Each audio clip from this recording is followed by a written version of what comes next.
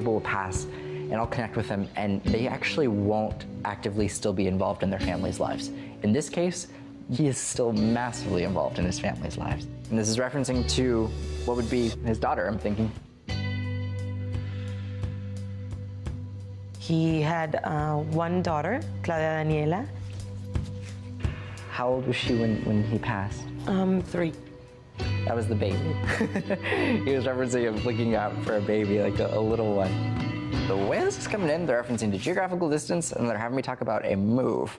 This is just important and She good to know. just moved. Because they're bringing this up. There's a very distinct reference of opportunity to go between 2 places. This is good to keep in mind as well. They're acknowledging around her taking the next step, that she's going to have the opportunity to do something. That would be something like a program, something official, something that one would do to learn more about something. I see this happening for her. I just don't think it's been done yet. She's watching. Oh, fabulous.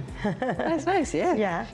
Can I ask my niece to come? She's the owner of the watch. Please do. Hi, how are you? How are you? This was so fun. Oh, How are you? Oh my gosh, you look so similar. She's mini me. Oh my God, it was so exciting to watch. Oh, See. it's a lot to listen to. It's very intense. The move thing was perfect because she's been telling me all the time. She's like, you can do the best of both coasts. You can do Miami and LA back and forth. And I'm like, Yeah. Because it takes work, you know, to do both. Absolutely. Do you ever feel your dad around in your life? all the time. Oh, All the time. good. All the time, always. Absolutely. It was amazing how strong he came through. And I just want you to know the best thing you can do to honor your dad is to do everything that you want to do, to live your passion, to live your truth, to go out there and do all these things. He's going to live through that, and he's going to be with you when you do these things, and you're never going to be alone. I've never felt alone, ever. Yeah. Like I don't. Exactly. Because she's always had a lot of people around. Yes. Yeah, exactly. All the moms. Yes, that helps. All the moms. Definitely. It was special for Clary, I think, to be here because she loved Tyler. Right. Well, it was so good to know. So glad you came. I'm so happy I came. And because she always wanted to hear something about her father so that she could feel a little bit closer with him since she doesn't remember him. So I have this woman coming through, and she's identifying herself as a mother figure on dad's side, and she's coming through and acknowledging, kind of being like a mother figure to multiple people. And usually when they identify that, that's usually the way of acknowledging that they lived long enough to kind of have a maternal relationship with grandkids. And so for some reason, they're having me talk about the 3 kids. They're having me talk about 2 boys, 1 girl. They're kind of separating this in my mind, and they're circling one of the boys. Okay. And it keeps coming through, and they're like, that's the one I need to talk about. So do you have any siblings? Yes. Okay, what's the lineup there? I'm the oldest, my sister's the middle child, and my brother's the youngest. Nice, so then that would fit. She's bringing forward a very strong emphasis on like a J connection. I'm seeing a big J. So what was your grandmother's name? Jessie, she was named after me. Nice, fabulous, okay. Or I was named after her, probably.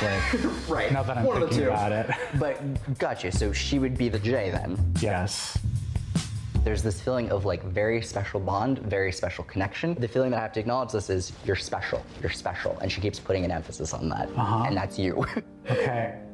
My relationship with my grandmother was very strong. She only had 1 son, so the 3 grandkids she had were the 3 grandkids she had, and I was the first.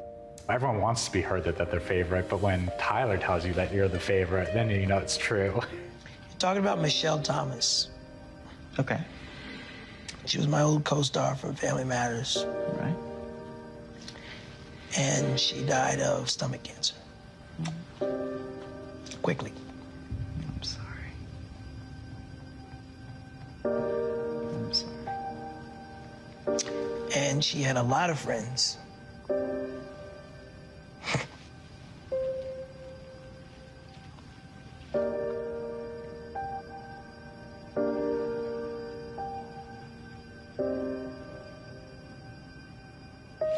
She had a lot of friends in the music industry.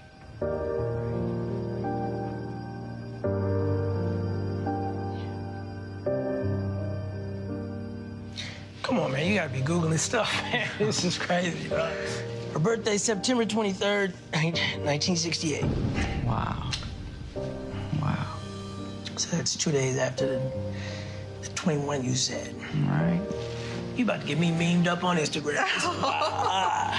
Not that, Grandpa. All right. You almost hope sitting in that chair, that he's a hoax and that he's completely off base, and you can just play along for TV's sake. And then you start to realize, no, this guy is the truth, and he's mining your heart right now. And you don't know how you feel about it in the moment. And that's why it's just like, yo, just give me a quick second. So there is an older woman who's coming through, and she is acknowledging that she feels she lived a full duration of life. She views you like a mother would view a daughter. Who experienced the fall? Someone had a fall before they passed. She's showing me a fall. My grandmother fell many times and broke her femur. Right. One leg was bowed so severely that she could no longer put weight on it because it would just snap. She did not want to be kept alive artificially, and like, do not keep me alive unless I'm doing it on my own. I don't want a breathing machine. She's doing this to me, which is always referencing to pulling something out. She talks about the incident where she pulled it out. Does that make sense to you?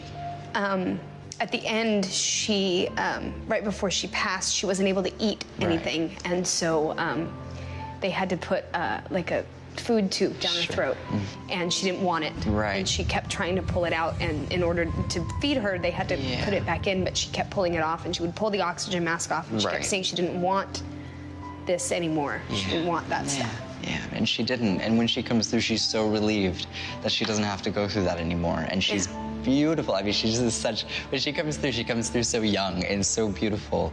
And that is how she wants to be remembered, truly. My Grammy had so many health problems, but you would never know it.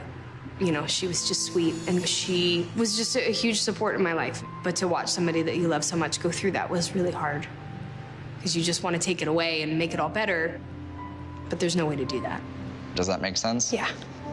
Okay. She's coming through and talking about the fact that you were special. Like, there's a connection of like, this is my girl, like, this is special. She's acknowledging that she came through in a dream, and she's acknowledging this is actually a very like healing kind of an experience, because it was like, oh, you're there. What did she say in the dream? I don't remember what she said in the dream, but I just remember her being there. Yeah. I remember her presence in the dream, and I remember waking up feeling like, oh, okay. Right. You know, it was better. Right. No, there definitely are those connections that they make to us oftentimes. She comes across and acknowledges that she was just really heavily wanting you to be okay after she died. I do have to ask, there is a reference to a recovered alcoholic. Oh, my. And she's making a reference to it of showing a lot of pride about the recovered alcoholic. So who would that be? Me? That's great.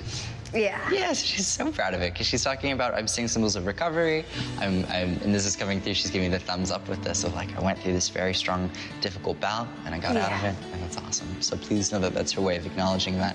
She comes through just as this creative, amazing woman who I honestly feel could have, lived 20 more lifetimes. I mean, this woman is just intense and strong and very high energy in the way this connects.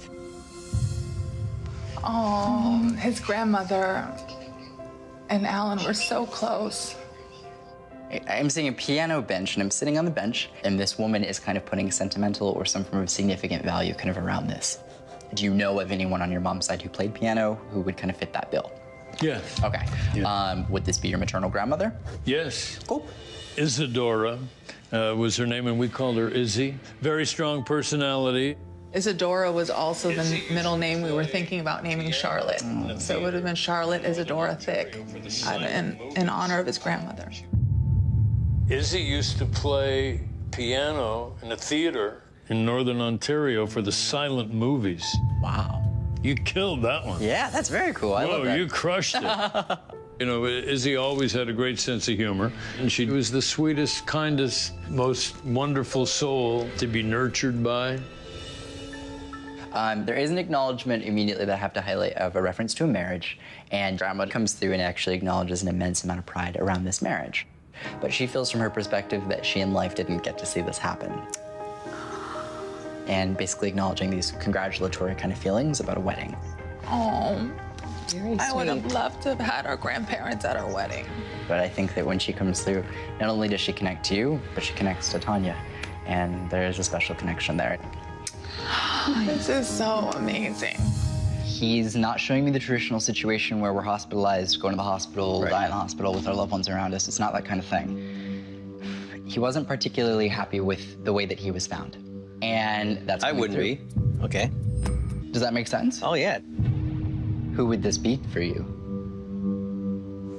You're holding onto my dad's watch. Oh, wow.